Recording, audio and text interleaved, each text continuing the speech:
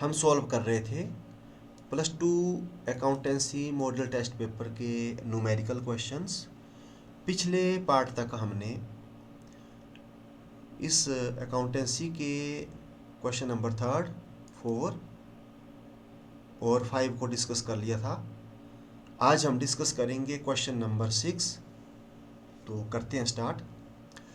The balance sheet of a partnership of A, B and C who sharing profit or loss in the ratio of 4:2:3 and dissolved on 31st December 2022 as follow। तो आपको balance sheet दी गई है A B C की, और ये जो firm है इसका विघटन हो गया, इसने काम करना बंद कर दिया। तो जब आपको साझेदारी के विघटन का न्यूमेरिकल क्वेश्चन आएगा तो काफ़ी इजी होता है करने के लिए। तो सबसे पहले क्या करना, आपने बैलेंस शीट से ही चलना है। आपने बैलेंस शीट को पहले क्लियर करना है, इसको खाली करना है। तो लाइबिलिटी साइड में सबसे पहले दी है कैपिटल ए, बी और सी की। तो आपको मैंने बोला कि ये कैपिटल जो है चल जाती है कैपिटल अकाउंट में। तो कैपिटल अकाउंट का होता है क्रेडिट बैलेंस, तो क्रेडिट साइड में ये जो है चले जाएगी। तो इसको हम सॉल्व करते हैं। तो ए की है 34,000, बी की है 23,000 और सी की है 1,500। तो हम सीधा ही बना लेते हैं कैपिटल अकाउंट। ये हो गया कैपिटल अकाउंट। देख लो ये आ गया बैलेंस ब्रॉट डाउन, ये 34,000, 23,000 और 1,500। ठीक है, ये हमने सीधा ही ले गया कैपिटल अकाउंट में। ये सारी की सारी आइटमें एक जगह ही जाएंगी। इसके साथ साथ अब आ गया सेकंड नंबर में क्रेडिटर्स। तो क्रेडिटर्स हैं और बिल्स पेएबल हैं, ये लाइबिलिटीज़ है। इसको हम जो है जो आपका रियलाइजेशन अकाउंट होता है उसकी हम क्रेडिट साइड में क्या कर देते हैं, बता देते हैं। जो जो हमने पेमेंट करनी होती है लाइबिलिटीज़ की, ठीक है, उनको हम कहाँ बताते हैं, क्रेडिट साइड में। अब यहाँ पर देखो, यहाँ पर है एज लोन, इसको आपने ध्यान से सुनना। अब एज लोन, ए है पार्टनर तो उसका लोन है, तो उसको हम जो है रियलाइजेशन अकाउंट में नहीं ले जाते हैं। अगर यहाँ पर एज वाइफ लोन होता तब हमने इसको भी रियलाइजेशन अकाउंट में ले जाना था। अगर जैसे ए बी सी को छोड़ करके कोई और नाम होता तो उसको भी हमने रियलाइजेशन अकाउंट में ले जाना था। लेकिन अब ये ए का लोन है तो इसका हम जो है एक अलग जैसा क्या करेंगे, अकाउंट बनाएंगे। तो सबसे पहले क्रेडिटर्स और बिल्स पेएबल, इसको हम ले जाएंगे किस में, रियलाइजेशन अकाउंट की क्रेडिट साइड में। तो देख लो ये है हमारा रियलाइजेशन अकाउंट, इसको हम कहाँ लेंगे, रियलाइजेशन अकाउंट की क्रेडिट साइड में लेंगे 4,500 और 2,050। अब इसके बाद देखो आपका जो एज लोन है, आपको मैंने बोला कि यहाँ पर अगर एज की वाइफ का लोन होता उसको भी हमने रियलाइजेशन अकाउंट में ले जाना था। लेकिन अभी ए का लोन है तो इसके लिए हम अलग अकाउंट खोलेंगे, तो उसको हम वहाँ ले जाएंगे। तो देख लो ये बन गया हमारे पास एज लोन अकाउंट, और जो लोन है उसका क्रेडिट बैलेंस, तो बाय बैलेंस ब्रॉट डाउन हमने कर दिया 2,000 रुपीज़। तो ये हमने जो है 4 आइटमें जो है लिख ली। इसके बाद जो रिजर्व है, तो रिजर्व को बांट दिया जाता है और प्रॉफिट को भी बांट दिया जाता है। इनको ले जाया जाता है कैपिटल अकाउंट में। तो कैपिटल अकाउंट की किस साइड, क्रेडिट साइड। चाहे वो एडमिशन का क्वेश्चन है, चाहे रिटायरमेंट का है, ठीक है ना, चाहे वो आपका डेजुनेशन का है, ये सब जो है कैपिटल अकाउंट की कहाँ जाते हैं, क्रेडिट साइड में। और किस में बंटेंगे, जो इनकी रेशो है 4:2:3। तो इसमें जो है इस रेशो में ए बी सी को बांटा जाएगा। तो जो रिजर्व और प्रॉफिट हैं ये कहाँ आएंगे, ये कैपिटल अकाउंट में। अब हम देखते हैं, देखो कैपिटल अकाउंट, तो ये हम बना रहे हैं कैपिटल अकाउंट। तो कैपिटल अकाउंट में ये आगे रिजर्व, जब हमने बांटा तो ए के अकाउंट में आ जाएगा 2,800, बी के 1,400 और सी के 2,100। और इसी तरह जो प्रॉफिट है वो 1,000, 1,500 और 750 ये आ जाएगा। तो इसको हमने किस में बांटा, इसको बांटा हमने 4:2:3 में। ठीक है, तो ये हमारी जो है लाइबिलिटी साइड क्या हो गई, ये हमने खाली कर दी। अब इसके बाद हमारे पास आ जाता है कैश इन हैंड और कैश एट बैंक। तो इसका हमने अकाउंट बनाना होता है और इससे हम क्या करते हैं, पेमेंट करते हैं। तो एक अकाउंट बनेगा, इकट्ठा ही, जैसे जो हम अकाउंट बनाएंगे कैश इन हैंड और कैश एट बैंक का, तो इनका होता है आपका डेबिट बैलेंस। तो डेबिट साइड में हम क्या करेंगे, इनको बताएंगे। तो देखते हैं हम जो आपका कैश और बैंक अकाउंट, तो देख लो ये बन गया कैश और बैंक अकाउंट। तो टू बैलेंस हमने क्या कर दिया, ब्रॉट डाउन। ये कैश का आ गया 500 और बैंक का कितना आ गया 3250। तो सारे का सारा हमारे पास कितना है 3750। तो इसको भी हम जो है यहाँ पर ले गए। इसके बाद ये जो हमारे पास एसेट्स हैं, जैसे बिल रिसीवेबल्स हैं, इन्वेस्टमेंट है, डेटर्स हैं, स्टॉक है, फर्नीचर है, मशीनरी है, बिल्डिंग है, ये सारी की सारी जो हैं जितने भी एसेट्स हैं, इन सब को हम ले जाएंगे रियलाइजेशन अकाउंट के डेबिट साइड में। इनकी बुक वैल्यू को करेंगे हम वहाँ पर क्या करेंगे, बताएंगे। तो देखो अब हम चलते हैं रियलाइजेशन अकाउंट में। तो ये हो गया हमारा रियलाइजेशन। तो यहाँ पर हमने सारी की सारी जो एसेट्स थी, ठीक है, इनको हम सब को कहाँ ले गए, ये रियलाइजेशन अकाउंट के कहाँ ले गए, ये डेबिट साइड में हम जो इनको ये ले गए। ठीक है, तो 2800 से 22,500 तक, तो ये सारी की सारी जो आइटमें हम यहाँ पर इसको ले गए। तो हमने देखो बैलेंस शीट क्या कर दी, सारी की सारी खाली। अब हम देखते हैं आगे, the assets are realised as follow. तो यहाँ पर जो है गलती से यहाँ पर आना था इन्वेस्टमेंट, ये आपको बता देता हूँ मैं। यहाँ पर आना था investment 15% less and bills receivables and debtors rupees 14,100, ये था यहाँ पर। क्योंकि बोर्ड ने क्या किया है, इस मॉडल पेपर को आप बोर्ड की साइट से डाउनलोड कर सकते हैं, और इसकी आंसर की भी क्या की है, ये डाउनलोड की हुई है। तो जब इसकी आंसर की को देखा, तो वहाँ पर जो बिल्स रिसीवेबल्स और डेटर थे, उनकी वैल्यू को जो है इन्होंने बताया है 14,100, और जो आपकी इन्वेस्टमेंट है इसकी वैल्यू को नहीं बताया हुआ है। तो यहाँ पर जो है ये 15% जो लेस है, वो क्या है, वो है यहाँ पर इन्वेस्टमेंट। और बिल्स रिसीवेबल और डेटर, इनकी वैल्यू कितनी हो गई है 14,100। तो ये हुआ इनका वसूली मूल्य। तो देख लो, जो हमारे पास इन्वेस्टमेंट थी, इन्वेस्टमेंट कितने की थी 12,000 की, तो इसका जो है मूल्य 15% क्या लगा, लेस। तो जब भी फर्म का भी गठन होता है, तो हम संपत्तियों को करते हैं, बेचते हैं, वहाँ से जो हमारे को मिलता है उससे हम लाइबिलिटीज़ के क्या करते हैं, पेमेंट करते हैं। तो जो इन्वेस्टमेंट है, इन्वेस्टमेंट से हमारी जो है 15% जो है हमारी लेस में भी की। ठीक है, तो जो इन्वेस्टमेंट है वो है हमारी 12,000, देखो क्वेश्चन में ये दी हुई है।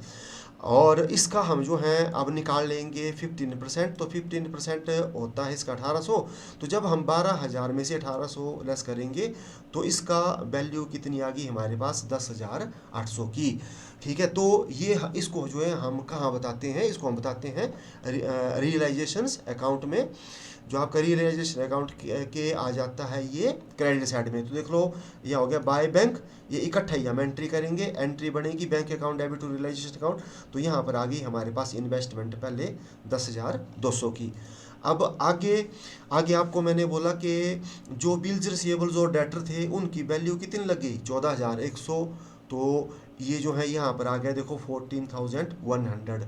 इसके बाद अब आगे क्वेश्चन में दिया हुआ है कि स्टॉक कितना है, 25% क्या है, लेस। तो स्टॉक जो है हमारे पास है 9,700 का। तो इसका जब हम 25% निकालेंगे तो वो होगा 2,425। जब हम लेस करेंगे तो इससे हमारे को कितना मिला 7,275।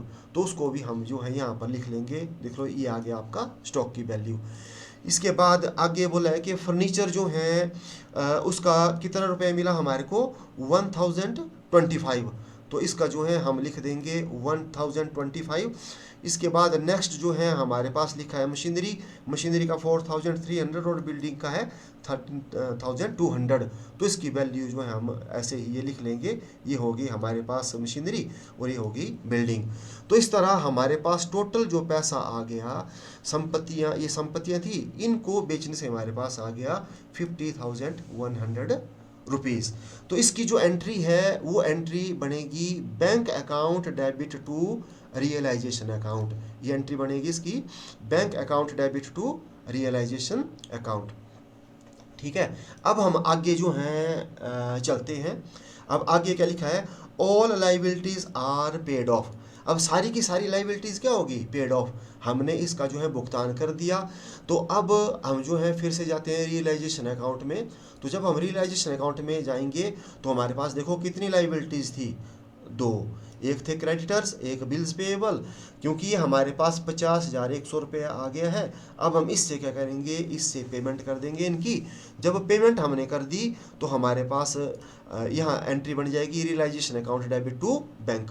और कितनी हम पेमेंट करेंगे, 6,550। ये कैसे आई, ये आई इनको टोटल करके। इसके बाद अब आगे देखते हैं। अब आगे हमारे को लिखा है द कॉस्ट ऑफ रियलाइजेशन ₹300।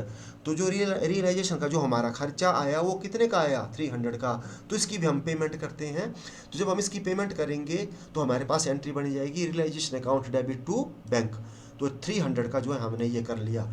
तो देखो ये हमारा रियलाइजेशन अकाउंट क्या है, पूरे का पूरा बन करके क्या हो गया, तैयार।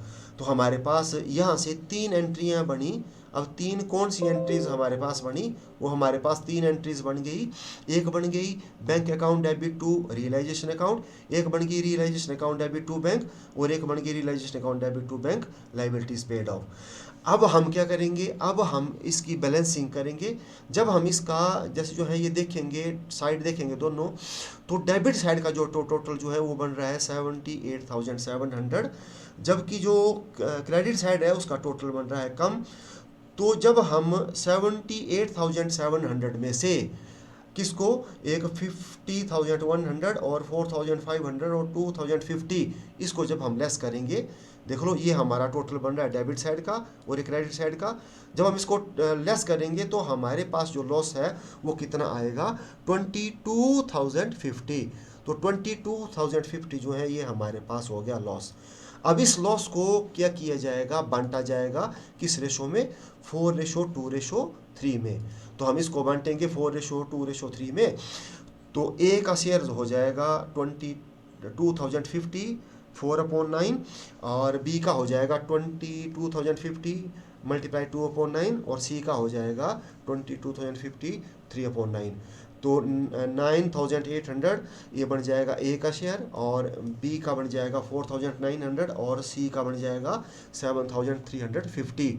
और इसको जो है हम जो है यहाँ पर ये लिख लेंगे।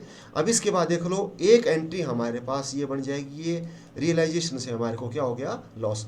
तो यहाँ पर बन जाएगा A's capital account debit, B's capital account debit, C's capital account debit to realisation account. तो ऐसी जो है हमारे पास ये क्या बन जाती है, ये एंट्री बन जाती है।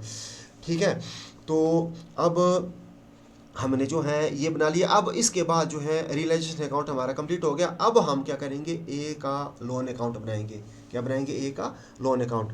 तो उसमें हमने बैलेंस तो मतलब ये जो है कर लिया है। अब हम सीधे चलते हैं ए के लोन अकाउंट की तरफ। तो ये हो गया ए के लोन का अकाउंट। तो ये हमने बैलेंस ब्रॉट डाउन कर दिया। अब हम ए की लोन की क्या कर देंगे, पेमेंट। तो पेमेंट करेंगे तो A's loan account debit to क्या बन जाएगा, बैंक। तो यहाँ पर आ गया 2,000, और इस तरह जो ए का लोन अकाउंट क्या हो जाएगा, ये हो जाएगा आपका क्लोज। ठीक है, और इसके बाद अब हम जो है अब हम बनाते हैं जो बैंक अकाउंट है वो। ठीक है, तो बैंक में आपको मैंने क्या किया था, ये बताया था बैलेंस। तो बैलेंस आ गया हमारा 3,750। अब हम देखो यहाँ चलते हैं, एक एंट्री देखो मैंने आपको यहाँ बताई है कि एक एंट्री बनी है जो हमारे पास संपत्ति को बेचने से हमारे पास जो कैश आया। तो एंट्री बन गई bank account debit to realisation account debit, कितना बन गया 50,100। तो बैंक को क्या किया हमने, डेबिट। तो रियलाइजेशन इसकी कहाँ आ जाएगा, डेबिट साइड में। तो देख लो ये आ गया रियलाइजेशन अकाउंट 50,100 ये आ गया। और इसके साथ साथ अब देख लो एक हमने जो है यहाँ पर पेमेंट की है, दो, एक की है रियलाइजेशन एक्सपेंसेस की, और एक हमने लाइबिलिटीज़ को पेड ऑफ किया है। तो एंट्री बनी है, एक बनी है realisation account debit to bank, और एक बनी है realisation account debit to bank liabilities paid off.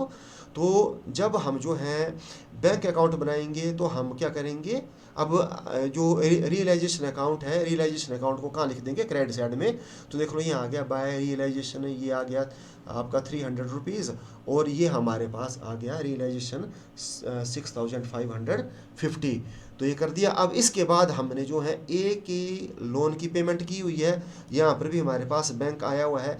तो यहाँ पर एंट्री बनी है A's loan account debit to bank. ठीक है।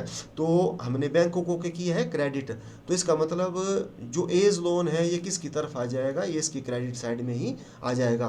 तो देखो आपको सारी की सारी आइटमें क्या कर दी, यहाँ बता दी। अब हम क्या करते हैं, अब हम जैसे जो है यहाँ पर ये करते हैं, इसको जैसे जो है क्लोज करते हैं। जब हम क्लोज करेंगे इसको, और एक जो है अब यहाँ पर हम देखते हैं ये जो रियलाइजेशन अकाउंट है, एक एंट्री यहाँ से बनेगी किस चीज़ की, लॉस की, ये जो बताई हुई है। तो क्या एंट्री बनी, A is capital account debit, B is capital account debit, C is capital account debit to realisation. तो जब हम इनका कैपिटल अकाउंट बनाएंगे तो जो रियलाइजेशन अकाउंट है वो कहाँ आ जाएगा, डेबिट साइड में, क्योंकि इससे इनकी कैपिटल में क्या होगी, कमी, क्योंकि रियलाइजेशन से क्या हुआ, लॉस हुआ। तो वो कितना कितना मिला जो आपको मैंने अभी बताया, तो ए का हो गया 9,800 और बी का हो गया 4,900 और सी का हो गया 7,350। तो ये हो गया। अब हम क्या करेंगे, अब हम इनका टोटल जैसे जो है वो करेंगे, टोटल करेंगे। तो जब हम टोटल करेंगे तो ए का देखो जो क्रेडिट साइड है उसका टोटल बन रहा है 37,800, जबकि डेबिट साइड का टोटल कितना बन रहा है 9,800। तो इसका मतलब इसको जो है पेमेंट की जाएगी 28,000। तो यहाँ पर एंट्री बन जाएगी A's capital account debit to bank. ठीक है, क्या एंट्री बनेगी, A's capital account debit to bank 28,000 rupees. तो यहाँ पर देख लो, यहाँ आ जाएगा बायस एज कैपिटल 28,000, डबल एंट्री हो गई। और इस तरह जब हम जो है बी का अकाउंट जो है क्लोज करेंगे, तो बी का क्रेडिट साइड का टोटल बन रहा है 24,900 और डेबिट का बन रहा है 4,900। तो इसको कितना कैश जो है पे किया जाएगा 20,000। तो यहाँ एंट्री बनेगी B is capital account debit to bank. तो जब हम बैंक अकाउंट बनाएंगे तो बी को भी क्या किया जाएगा, बैंक अकाउंट में क्रेडिट। तो ये हो गया 20,000 रुपीज़। तो आपको बता दिया ये कहाँ से आया। और जब हम जो है अब सी का अकाउंट बनाएंगे, तो सी में देखो जो हमारा डेबिट साइड का टोटल हो रहा है 7,350, जबकि डेबिट का क्या हो रहा है, जो क्रेडिट है इसका क्या हो रहा है, कम। तो अब सी से क्या बोलेंगे, कैश को लाने के लिए, क्योंकि इसकी कैपिटल में क्या आ गई, कमी, इसका जो है डेबिट साइड ज़्यादा था, क्रेडिट क्या था, कम। तो ये कितना कैश लाएगा, ये 3,000 रुपये कैश जो है लाएगा। ठीक है। तो जब ये लाएगा तो बैंक में क्या होगा, पैसा आएगा। तो यहाँ पर आ जाएगा आपका cash account debit to C's capital account, और कितना हो गया 3,000 रुपीज़। तो इस तरह जो है हमारा ये अकाउंट जो है सारे के सारे क्लोज हो गए। ये हो गया रियलाइजेशंस का, ये हो गया हमारा पार्टनर्स कैपिटल का, और ये हो गया हमारा कैश और बैंक। जब हम इसका टोटल करेंगे तो 56,850 और 56,850। तो इस तरह ये हो गया फर्म का विघटन। तो फर्म के विघटन में पूरे के पूरे अकाउंट्स क्या हो जाते हैं, क्लोज।